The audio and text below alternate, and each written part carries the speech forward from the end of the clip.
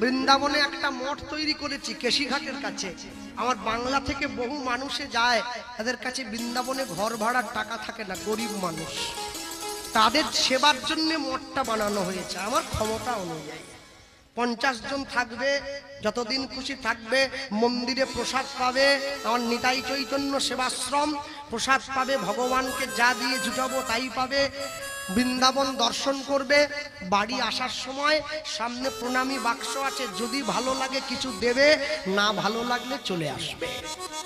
সেটা নিয়েও মানুষ আমাকে কথা শুনিয়েছে, আহা কীর্তনের টাকায় হচ্ছে নি, হ্যাঁ ব্যবসা খুলে ফেলেছ, মঠ ব্যবসা।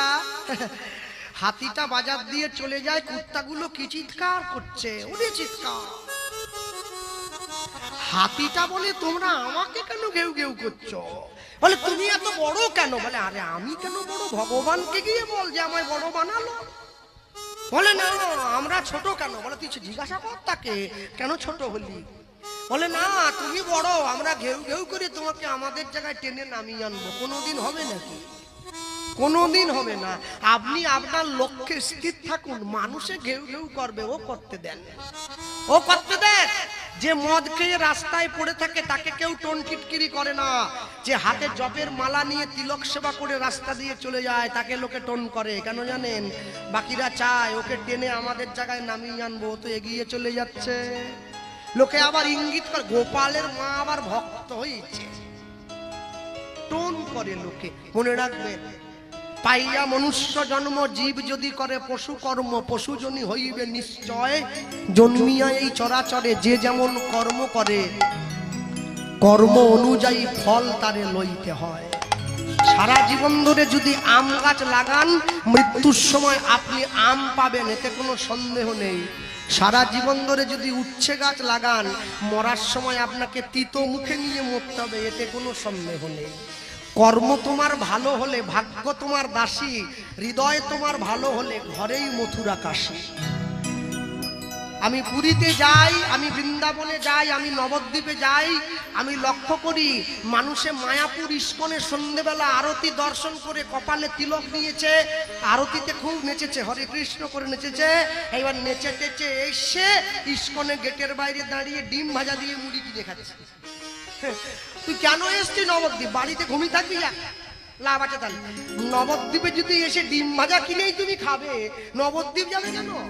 হ্যাঁ, পুরীতে গিয়ে তুমি সমুদ্রের ধারে দাঁড়িয়ে রিলস ভিডিও বানিয়ে ফেসবুকে দেবে, আর তুমি চাইবে পাড়ার ছেলেরা আমাকে সম্মান করবে, কোনোদিন করবে না।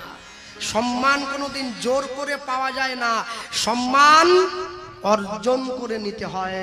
যদি পেতে চাও কিছু, আগে মাথা করবে নিচু।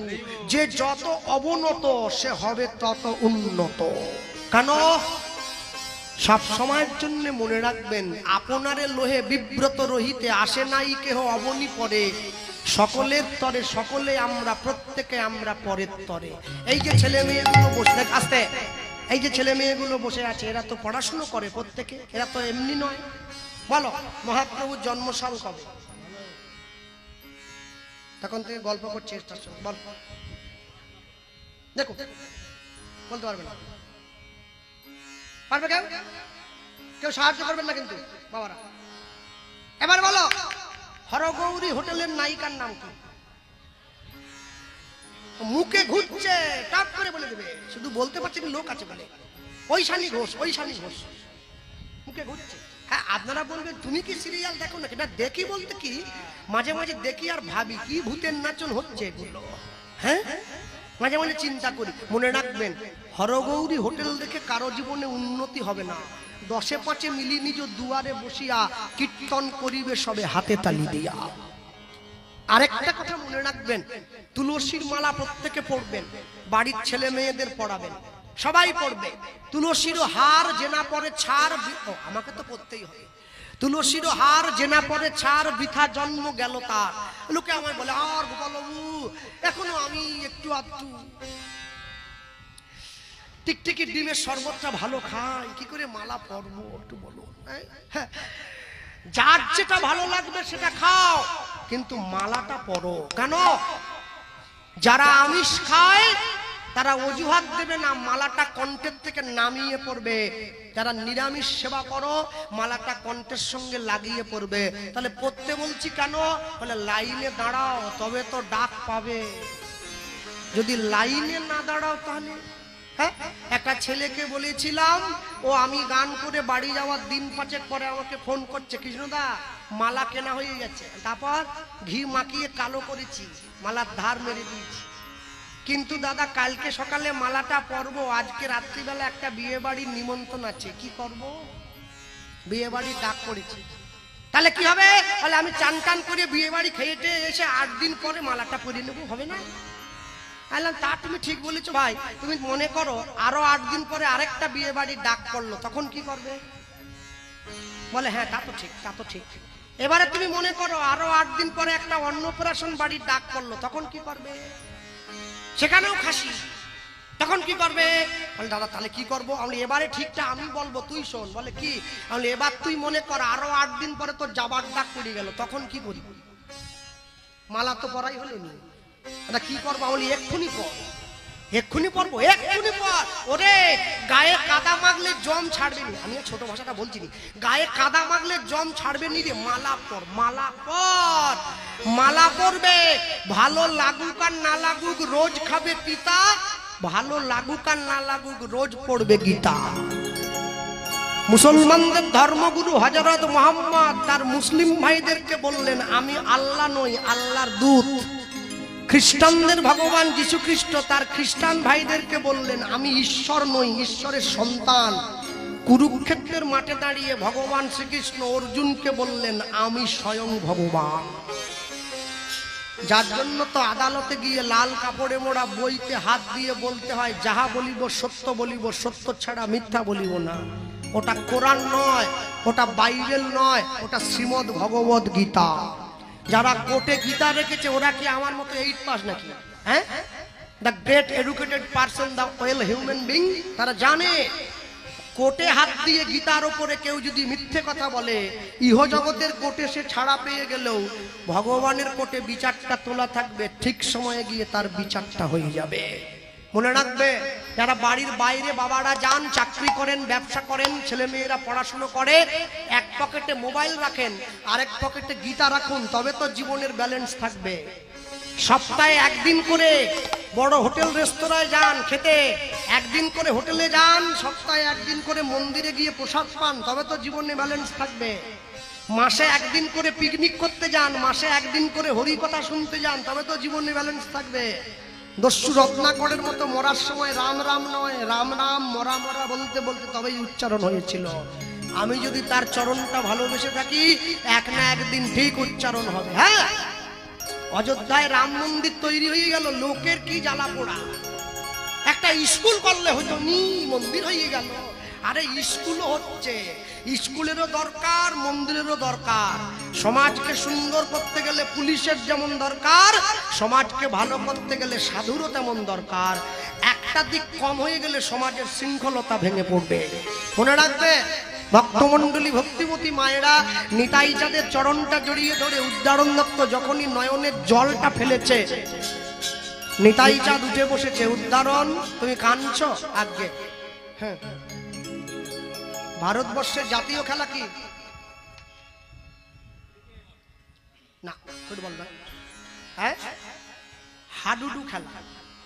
দেখেন না, একটা লোকে দম দিয়ে ছুটে চলে যায়, 5টা লোকে পিছন থেকে ঠ্যাং ধরে খেঁচে রাখে, বলে ওকে দাগটা ছুটে দিব নি। বাঙালিদের চরিত্র হচ্ছে ওই রকম। একটা লোক উপরের দিকে উঠে যাচ্ছে, পুরো পাড়া তার ঠ্যাং ধরে পিছন দিকে টেনে নামাচ্ছে, বলে তুই উঠবি, দেবো নি। আমার ছোট বাড়ি হবে, তোরও ছোট বাড়ি হবে, আমার রিক্সা থাকবে, তোরও রিক্সা, তুই কেন সাইকেল কিনবি রে? প্রয়োজন পড়লে রাত্রিবেলা রাস্তায় কাঁটা দিয়ে দেবে, চাকা লিক করে দেবে। মনে রাখবে, এই জন্য আমাদের জীবনে এত দুঃখ। এত সুন্দর মন্দিরটা বানিয়েছেন গ্রামের মানুষ সবাই। আমি আসি চাই আর না আসি, আরেকটা কাজ করবেন কি, গ্রামের মানুষে পয়সা দিয়ে ভিক্ষা করে এই কমিটির বাবুদের হাতে দেবেন 10 টাকা 5 টাকা করে। এই মন্দিরের উপরে একটা মাইক আর মেশিন লাগানো হবে। আমার ইসলাম ধর্মের ভাইয়েরা ভোর 5টা থেকে নামাজ পড়ে, আমাদের ভগবানের মন্দিরে ভোর 4টে থেকে হরিনাম সংকীর্তন বাজবে। আচ্ছা, তো তবেই তো আমরা বুঝবো। হরিনাম শুনে আমাদের ঘুম ভাঙছে, আমরা ভগবানের নাম নিয়ে সকালবেলা কর্মে ব্রতী হচ্ছি। নিতাই গৌর হাত ধরেছে নিতাই চাঁদ, উঠে বসে উদ্দারণ দত্তকে বলে উঠছে, উদ্দারণ মেয়ে তুমি পাবে, চিন্তা করো না। হ্যাঁ, উদ্দারণ দত্ত কি চিন্তা করলো? প্রভু আমি যখন চিন্তা করেছি মেয়ে পেয়ে গেছি। কি? বর্ধমান জেলার অম্বিকা কালনায় সূর্যদাস পণ্ডিত বলে একটা লোক আছে, গৌরীদাস পণ্ডিতের বড় ভাই। গৌরীদাস পণ্ডিত বৈষ্ণব জগতে খুব উল্লেখযোগ্য নাম। তার বড় ভাইয়ের নাম সূর্যদাস পণ্ডিত। সূর্যদাস পণ্ডিতের দুটো কন্যা, বড় মেয়ের নাম বসুধা, ছোট মেয়ের নাম জাহ্নবা। দুটো মেয়েরই বিয়ের বয়স হয়েছে। যে বাড়ির মেয়ে নিরামিষ খায়, সে যদি কোনো আমিষ খাওয়া ছেলেকে বিয়ে করে তাহলে মেয়েটার জীবন নরক হয়ে যাবে। যে বাড়ির ছেলে নিরামিষ খায়, সে যদি কোনো আমিষ খাওয়া মেয়েকে বিয়ে করে তাহলে ছেলেটার জীবন নরক হয়ে যাবে। যে যেমন তার সঙ্গে দিতে হবে তেমন, যার যেমন ভাব তার তেমন লাভ, যার যেমন কান তার কানে ঢোকে তেমন গান। তাহলে বড় মেয়ে বসুধার বিয়ের বয়স হয়েছে। উদ্দারণ দত্ত মনে মনে ভাবছে, আমার বন্ধুর মেয়েটার সঙ্গে যদি আমার প্রভুর বিয়েটা দিতে পারি, আমার বন্ধুত্বের সম্মানও রাখা হবে আর প্রভুর জন্য উপযুক্ত পাত্রীও পাওয়া হবে। হাতটা ধরে নিয়েছে, হাতটা ধরে নিয়ে নিতাই চাঁদকে সঙ্গে নিয়ে চলে যাচ্ছে। কোথায়? একদম সোজা মেয়ের বাড়িতে, মেয়ের বাবার কাছে। কি? মুরারি মুকুন্দ জগদানন্দ কৃষ্ণ নামের বর্ণে বর্ণে সুধা ঝরে। উলুধ্বনি নিতাই গৌর হরি বল। জগদানন্দ কৃষ্ণ নামের বর্ণে বর্ণে সুধা ঝরে। মুরারি মুকুন্দ জগদানন্দ কৃষ্ণ নামের বর্ণে বর্ণে সুধা ঝরে। মুরারি মুকুন্দ নিতাই গৌর প্রেমানন্দ হরি বল। কৃষ্ণ নামের বর্ণে বর্ণে সুধা ঝরে। দয়াল শিরোমণি করুণার খনি। দয়াল শিরোমণি অগ করুণার খনি। দেখো দয়াল শিরোমণি করুণার খনি। দয়াল শিরোমণি করুণার খনি। আছো বিশ্বময় চরাচরে। মুরারি মুকুন্দ নিতাই গৌর হরি বল। কৃষ্ণ নামের বর্ণে বর্ণে সুধা ঝরে। মুরারি মুকুন্দ জগদানন্দ কৃষ্ণ নামের বর্ণে বর্ণে সুধা ঝরে। প্রাণ ভরে ভজ হিংসা দেশ তেজ। ডুবে থাকো সদাই হরিনাম সুধা মাঝে। প্রাণ ভরে ভজ হিংসা বেশ তেজ। ভজ ভাই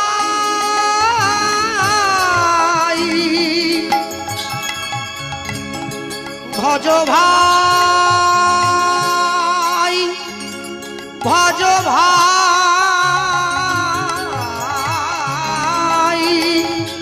ভজ ভাই ভজ ভাই ভজ ভাই।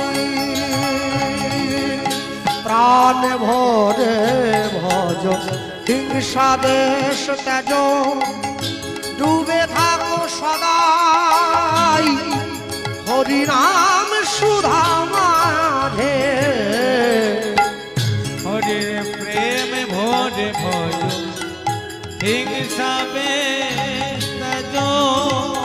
ডুবে থাকো সদাই হরিনাম সুধা মাঝে।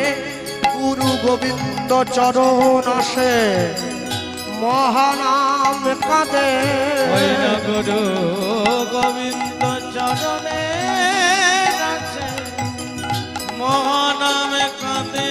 দেখো গুরু গোবিন্দ চরণ আসে মহানাম কাঁদে গুরু গোবিন্দ চরণে আছে মহানামে কাঁদে। এবে গড়াবে ব্রজের রজে মুরারি মুকুন্দ জগদানন্দ হরিনাম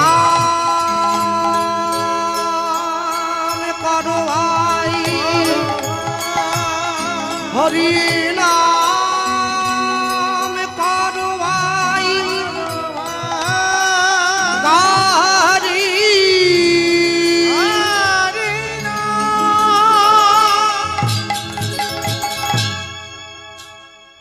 নিতাই চাঁদের হাতটা ধরে উদ্দারণ দত্ত চলে এসেছে মেয়ের বাড়িতে। সূর্যদাস পণ্ডিতের বাড়ির দরজায় দাঁড়িয়ে ভক্ত দুপুর বেলায় দরজায় টোকা দিয়ে ডাক দিচ্ছে, সূর্যদাস, ও ভাই সূর্যদাস, দরজাটা খোলো গো। সূর্যদাস পণ্ডিত ছুটে গিয়ে দরজাটা খুলে দিয়ে তাকিয়ে দেখছে দরজার সামনে ছোটবেলাকার বন্ধু দাঁড়িয়ে আছে উদ্দারণ দত্ত। মনে রাখবেন, বিপদের দিনে যে পাশে এসে দাঁড়ায় তাকে বলা হয় বন্ধু। বিপদের দিনে নিজের পকেটের পয়সা দিয়ে যে আপনার উপকার করে তাকে বলে বান্ধব। আপনার আত্মার সঙ্গে যখন তার আত্মার মিল হয়ে যায় তখন সে আপনার আত্মীয়। আত্মীয় মানে এই নয় মাসে মাসে একবার করে এসে বাড়িতে পোল্ট্রি মুরগি খেয়ে চলে যাবে টাকা ধ্বংস করে। আত্মীয়ের একটা উদ্দেশ্য আছে, আত্মীয় আপনাকে ঈশ্বর চরণে নিয়ে যাবে, তবে আত্মীয়ের উদ্দেশ্য সঠিক হবে। এই যে মায়েরা বসে আছেন সারা জীবন রান্না করে দিন কাটালেন, মনে রাখবেন আপনাদের হাতের রান্না সেই দিন সফল হবে যেই দিনকে আপনাদের হাতের রান্না গোবিন্দর সেবায় ভগবানের ঘরে ভোগ হয়ে ঢুকবে, সেদিনকে হাতের রান্না সফল হবে, তার আগে নয়। সারা জীবন ধরে রান্না করে শুধু ভূত খাওয়ানো হলো, লাভের লাভ কিছু হলো না। আসল জায়গাটায় রাঁধতে শেখো। আমি একটা জিনিস লক্ষ্য করেছি কীর্তনে, কি বলতো, সেটা হচ্ছে 3 ঘন্টা আমরা একটা কর্মের মধ্যে দিয়ে থাকি, আমাদের সময়টা কেটে যায়। কিন্তু যারা সামনে বসে থাকে 3 ঘন্টা একভাবে বসতে একটু কষ্ট হয়, তারা মাঝে মধ্যে উঠে বাইরে যায়, হাত পা ছাড়ায়। এবারে আমাদের মধ্যে একটা নীতি ঢুকে গেছে, কিরকম, যখনই দেখি কেউ একটু উঠে বাইরে যাচ্ছে, আমাদের কিছু মুখস্থ মাল আছে, সাবলে রাধে রাধে জপা করো, কি হলো ব্যাপারটা, তুমি তো দিব্যি ভালো কথা, দুম করে এটা কি গুঁজে দিলে কেন, বলে না লোক উঠে যাচ্ছে। আরে লোক উঠে যাচ্ছে বলে তুই ওটা গুঁজে দিলি ঝট করে নিয়ে গিয়ে। হ্যাঁ, হিন্দি ভজন খারাপ নয়, আমি সেটা বলবো না, ভজন ভালো, আগে জমিটা তৈরি করো তারপরে তো ভজনটা গাইবে। মনে রাখবে, তোমার পরিবেশন যদি সঠিক হয়, তুমি যদি তোমার যোগ্যতাকে সঠিক কাজে ব্যবহার করো, তুমি যদি দেখো শেষ পর্যন্ত 10 জনা বসে আছে, ওই 10 জনা তোমার রিপোর্টটা দিয়ে দেবে তুমি কি করলে আর কি না করলে। কেন জানে, সারা জীবন যত ভালো কাজের চেষ্টা করুন আপনি সবার কাছে সম্মান পাবেন না, এ আশা করাই ভুল। ভগবান কৃষ্ণ যখন দুর্যোধনের কাছে গিয়েছিল যে পাণ্ডবরা তো যুদ্ধ চায় না, আমি পাণ্ডবদের পক্ষ থেকে এসেছি, তুমি ওদেরকে 5টা গ্রাম দিয়ে দাও। দুর্যোধন কি বলেছিল, মানি নাই, মানব না, না দিব অবনী, বিনা যুদ্ধে নাহি দিব সুচাগ্রমে দিনী। শুধু তাই নয়, কৃষ্ণকে আবার শিকল দিয়ে বেটা বাঁধতে পর্যন্ত গেছে। তাহলে দুর্যোধন হয়ে কৃষ্ণকে অপমান করেছে, আমি তো মানুষ, ও চিন্তা করে লাভ নেই। আপনি সমাজে যতই ভালো কাজ করুন আপনাকে অপমান শুনতে হবে, নাম থাকলে বদনাম থাকবে, নাম যার নাই তার বদনামও নাই। প্রত্যেকটা মানুষের জীবনে একটা করে লক্ষ্য বস্তু আছে। শিশুর দেখি যে লক্ষ্য মাতৃদুগ্ধ পানে, মাতৃদুগ্ধ পানে। কি ভাবছেন টাকা 10,000 বেশি দেবে বলছে, বলছে 4 ঘন্টা করতে হবে। হ্যাঁ, বাবা এরকম দেখাচ্ছে। এরা এই খেলা কি আজ খেলতে নেমেছি নাকি? হ্যাঁ, 2003 সাল থেকে খেলে বেড়াচ্ছি, 24 হয়ে গেল, 2024। চলো, শিশুর দেখি যে লক্ষ্য মাতৃদুগ্ধ পানে, মাতৃদুগ্ধ পানে, মাতালের লক্ষ্য দেখি মদের সন্ধানে, মদের সন্ধানে, বানরের লক্ষ্য দেখি ফলেরই বাগান, ফলেরই বাগান, শকুনের লক্ষ্য দেখি ভাগাড়ের সন্ধান, ভাগাড়ের সন্ধান, শিগালের লক্ষ্য মরা নিয়ে টানাটানি, টানাটানি, নিন্দুকের লক্ষ্য শুধু পরনিন্দা গ্লানি, পরনিন্দা গ্লানি, সতী খুঁজে পুঁজিবারে পতির চরণ, পতির চরণ, অসতীর লক্ষ্য হরে কিসে পরের মন, কিসে পরের মন, এই জগতে বারে বারে যেদিকেতে চাই, যেদিকেতে চাই, পৃথক পৃথক লক্ষ্যের মানুষ দেখিবারে পাই, দেখিবারে পাই, কারো লক্ষ্য উচ্চ কারো নিচ, অতি ঘৃণ্য, অতি ঘৃণ্য, কেহ বা বিদ্রুপের পাত্র, কেহ ধন্য ধন্য, কেহ ধন্য ধন্য, সব লক্ষ্য মধ্যে কার লক্ষ্য শ্রেষ্ঠ বলে মানি, শ্রেষ্ঠ বলে মানি, যার লক্ষ্য আমার মহাপ্রভুর রাঙা চরণ দুখানি। তাই গৌরবানন্দ হরি বল। রাঙা চরণ দুখানি। হ্যাঁ, বিবেকানন্দ ছুটে গিয়ে বিদ্যাসাগরকে জিজ্ঞাসা করছে, আপনি তো জ্ঞানের সাগর, বিদ্যাসাগর, আমায় বলুন, আমি তো পড়াশুনো করেছি, লোকে বলছে গুরু দীক্ষা না নিলে নাকি জীবন সফল হয় না, কাকে গিয়ে গুরু করব? পশ্চিমবাংলায় এখন তো ঘরে ঘরে একটা করে সব pass, BA pass, MA pass, তারপর ধপাস, কোনো লাভ নাই। আজ থেকে 150 বছর আগে যে ছেলেটা গ্রাজুয়েট হলো, ও এখনকার মতো টুগলি করা মাল নয়। ইতিহাস পরীক্ষার দিন ভূগোলের টুগলি করে নিয়ে শেষ ফেলি পরীক্ষা, আসল পড়াশুনো জানা ছেলে। বিবেকানন্দ যখনই প্রশ্ন করেছে, সঙ্গে সঙ্গে বিদ্যাসাগর বলে উঠছে, কামারপুকুরে একটা লোক আছে, তার নাম গদাধর চট্টোপাধ্যায়, রামকৃষ্ণ। খবরদার, একটা মূর্খ যে স্কুলের দরজা দেখেনি, তাকে তুমি আমাকে বলছো আমি গুরু করব? হ্যাঁ, আরে আমি বিবেকানন্দ নয়, আমি নরেন্দ্রনাথ দত্ত। আমার জীবনের প্রশ্নের উত্তর দিতে পারবে এত বড় ক্ষমতা এই লোকটার আছে নাকি? বিদ্যাসাগর বলছে, যে একবার দেখো না ভাই, ভালো না লাগলে। হ্যাঁ, বিবেকানন্দ মনে মনে চিন্তা করছে, আমি দিনের বেলা যাব না, রাত্রেবেলা যাব, আমার সম্মান আছে না? এখনকার দিনে ছেলে মেয়েদের আমি শুধু দেখি, এরা একটা ভালো করে পুরো কথা ইংরেজিতে বলতে পারে না, আবার সকালবেলা ঘুম থেকে উঠে বলে গুড মর্নিং। ইস, সব ব্রিটিশের গলা মারিয়ে এসেছে, ঠিক মতো বাংলা বলতে জানেনি, এবার গুড মর্নিং বলছে। Twinkle twinkle little star how I ever what you are up above the water high like a diamond in the sky. ওরে ইংলিশ রে বাবা, পট হে বঙ্গ ভান্ডারে বিবিধ রতন, তা সবে অবদ আমি অবহেলা করি, পরধন লোভে মত্ত করিনু ভ্রমণ, পরদেশে ভিক্ষাবৃত্তি কুক্ষণে আচরি, কাটাইনু বহুদিন সুখ পরিহরি। এটা তো পড়বি, তুই কি পড়িস কি? হ্যাঁ, কি পড়িস?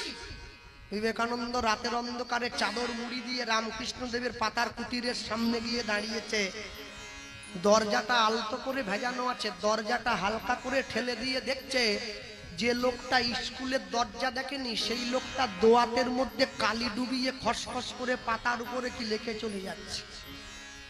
বিবেকানন্দ চমকে উঠল, এ কেমন শিক্ষিত লোক, যে স্কুল যায়নি সে আবার লেখে নাকি? হ্যাঁ, বিবেকানন্দ দাঁড়িয়ে আছে, রামকৃষ্ণ দেব হাতের কলমটা নামিয়ে রেখে ঘরের মধ্যে বসে বলে উঠল, কে নরেন এলি? ঠাকুর, তুমি কি আমায় দেখতে পেয়েছো? আমি দেখিনি রে, আমার মা দেখেছে। মা তো তোর কথা আমায় বললো। কি বললো? তোকে যেন আমার ঘরে ঢুকতে না দেয়। কি মা তোমাকে? হ্যাঁ, শোন, তুই যখনই আমার ঘরের দরজায় দাঁড়িয়েছিস না, আমার নাকে একটা পোড়া পোড়া গন্ধ এসে লাগলো। পোড়া গন্ধ?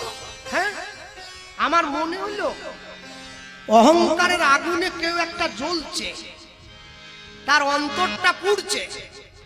সেই গন্ধ আমার নাকে লেগেছে। এ নরেন, ঘরে ঢুকিস নি রে, আমার কুটিরটা অপবিত্র হয়ে যাবে, ঢুকিস নি বাবা। তুই দাঁড়া, আমি বাইরে আসছি। আসতে আগে বলে দে, নামটা কি? গদাধর চট্টোপাধ্যায়। রামকৃষ্ণ পরমহংসদেব কেন? আমাদের নাসিকা থেকে মস্তক পর্যন্ত নিঃশ্বাসটা যে আসা যাওয়া করে, এই নিঃশ্বাসের ক্রিয়াটা হচ্ছে 12 আঙুল। আপে গিয়ে ডাউনে ফিরে না এলে মরা বলে ঘোষণা হয়ে যাবে। তাহলে 12 আঙুল যে শ্বাস প্রশ্বাসটা চলে, মিলিয়ে নেন। 1 আঙুল কমালে জীবের জ্ঞানের উদয় হয়, জ্ঞানের উদয় হয়। 2 আঙুল কমালে জীবের নিরানন্দ যায়, নিরানন্দ যায়।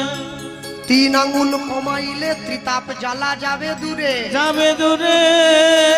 4 আঙুল কমাইলে চতুর্বিধ মুক্তি তুচ্ছ করে, তুচ্ছ করে। 5 আঙুল কমাইলে পঞ্চ বানে পড়ে কাঁটা, মনে কাটা। 6 আঙুলে ঘুচে যায় ষড়রি পুরলেটা, সররি পুলাটা। 7 আঙুল কমাইলে সপ্ত তাস করে ছেদ, করেছে। 8 আঙুল কমাইলে অষ্টতালা করে ভেদ, অষ্টতলা করে ভেদ। 9 আঙুল কমাইলে নবদ্বারের কপাটাটা, কপাটাটা। 10 আঙুল কমাইলে দূরে যায় দশেন্দ্রিয়ের লেঠা, দশেন্দ্রিয়ের লাঠা। 11 আঙুল কমাইতে যদি পারে কোনো জন, কোন দিব্য চক্ষে দিব্য মূর্তি করে দর্শন, করে দর্শন। 12 আঙুল যেই জন কমাইতে পারে, কমাইতে পারে। পরমহংস হইয়া ভাসে আনন্দের সাগরে, আনন্দের সাগরে। এই জন্য রামকৃষ্ণ পরমহংস বলে তারে। নরেন ঠাকুর, আমাকে আমাকে আমাকে বিদ্যাসাগর মশাই পাঠিয়েছে, নাকি দীক্ষা টিক্ষা কি একটা ব্যাপার আছে? ঠিকই ধরেছিস, আমার সঙ্গে আয় দেখিনি। বিবেকানন্দের হাত ধরে রামকৃষ্ণদেব গঙ্গার পাড়ে নিয়ে গিয়ে দাঁড়িয়েছে। নরেন দেখ তো, নদী দিয়ে ওগুলো ওই যে ভট ভট ভট ভট শব্দ করে কি চলে যাচ্ছে ঠাকুর, ওগুলো তো স্টিমার। আচ্ছা তুই তো পড়াশুনো করেছিস? বলে হ্যাঁ। আচ্ছা বল দেখি, এই স্টিমার গুলো কামারপুকুর থেকে চন্দননগর যেতে কতক্ষণ সময় লাগে? ও ঠাকুর, ওটা তো মেশিন বসানো আছে, ঘন্টা 2-1-এর মধ্যে পৌঁছে যাবে। আচ্ছা ওই দূরে তাকিয়ে দেখ, ছোট টিমটিমি আলো জ্বলছে, হাতে বইটা টানছে, ওটাকে কি বলে? ওটাকে তো নৌকো বলে। আচ্ছা এবারে তুই বল, ওই নৌকোগুলো কামারপুকুর থেকে চন্দননগর যেতে কত সময় লাগবে? ঠাকুর, ওতে তো মেশিন নাই, ওটা হাতে টানা ডিঙি নৌকো, ওটা ওই ঘন্টা 5-এর মতো লাগবে। আচ্ছা নরেন, স্টিমারের সঙ্গে যদি নৌকোটা দড়ি দিয়ে বেঁধে দেওয়া হয়, তাহলে নৌকোটার কতক্ষণ সময় লাগবে? বিবেকানন্দ বলে ঠাকুর, এই জন্য লোকে তোমাকে পাগল বলে।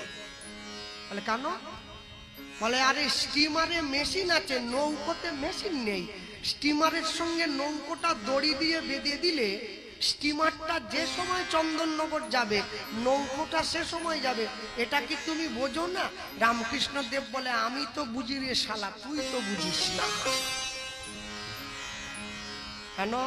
হ্যাঁ, তুই কি ভাবলি তোকে গঙ্গার পাড়ে টেনে এনে আমি নৌকোর গল্প শোনাচ্ছি? বল তবে হ্যাঁ, গুরুর দেহটা হচ্ছে স্টিমার, ওখানে কৃষ্ণ নামের মেশিন বসানো আছে, পাগল কোথাকার।